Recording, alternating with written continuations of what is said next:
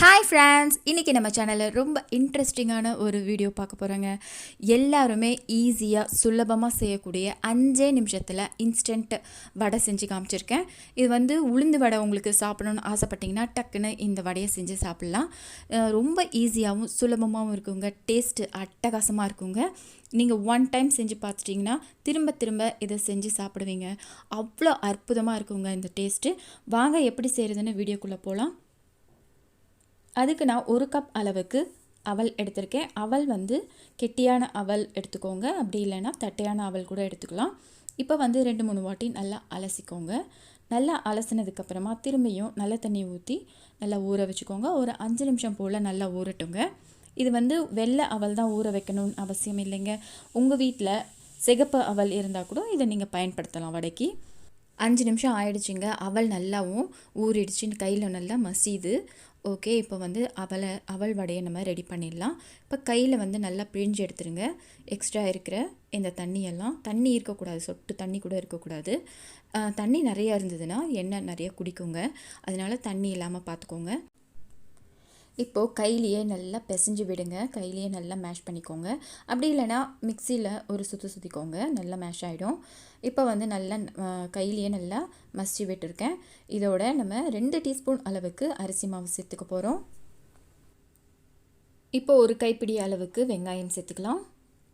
2 பச்சை மிளகா பொடிசாக அரிஞ்சு வச்சுருக்கேன், அதையும் சேர்த்துக்கலாம். இஞ்சி நல்லா துருவி எடுத்துக்கோங்க, இல்லைனா இந்த மாதிரி பொடிசாக அரிஞ்சு வச்சுருக்கேன். ஒரு துண்டு இஞ்சி நல்லா பொடிசாக அரிஞ்சு சேர்த்துக்கோங்க. தேவையான அளவு உப்பு சேர்த்துக்கலாம். இதுக்கு கொத்தமல்லி, ஒரு கைப்பிடி அளவுக்கு கொத்தமல்லி சேர்த்துட்டு நல்லா பிசைஞ்சு விட்டுக்கோங்க. தண்ணி தேவையில்லைங்க, நல்லா தண்ணி இல்லாமல் நல்லா பிசைஞ்சுக்கோங்க. அப்படி உங்களுக்கு தண்ணி தேவைப்பட்டுச்சுன்னா கையில் தண்ணியை நனைச்சிக்கோங்க. தண்ணியை நனைச்சிட்டு இந்த மாதிரி நல்லா பிசைஞ்சுக்கோங்க. இப்போ நம்ம வடை மாதிரி சின்ன சின்ன போலாக உருட்டிக்கோங்க. வடை மாதிரி தட்டி எடுத்துருங்க. இப்போ இதே மாதிரி எல்லாத்தையும் வடை மாதிரி தட்டி எடுத்துக்கலாம்.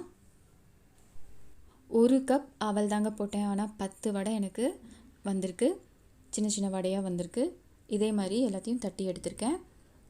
இப்போ இதை ஆயிலில் வறுத்து எடுத்துடலாம், ஃப்ரை பண்ணி எடுத்துடலாம். ஆயில் நல்லா ஹீட் ஆனதுக்கப்புறம் ஒரு வடையாக போட்டு நம்ம வறுத்து எடுக்கலாங்க. நல்லா லோ ஃப்ளேமில் வச்சுட்டு எல்லா வடைகளையும் இந்த மாதிரி சுட்டு எடுக்கலாம்.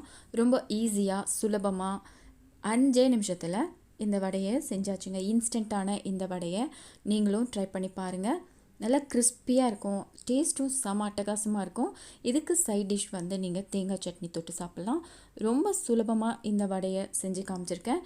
உங்களுக்கு பிடிச்சிருக்குன்னு நினைக்கிறேன். நீங்களும் இதே மாதிரி ட்ரை பண்ணி பார்த்துட்டு எனக்கு கமெண்ட் சொல்லுங்கள். இந்த வீடியோ உங்களுக்கு பிடிச்சிருக்குன்னு நினைக்கிறேன். பிடிச்சிருந்தால் லைக் பண்ணுங்கள், ஷேர் பண்ணுங்கள். உங்கள் ஃப்ரெண்ட்ஸ், ரிலேட்டிவ்ஸ் எல்லாருக்கும் ஷேர் பண்ணிவிடுங்க.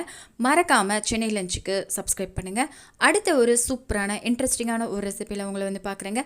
இந்த வீடியோ பார்த்த அனைவருக்கும் நன்றி.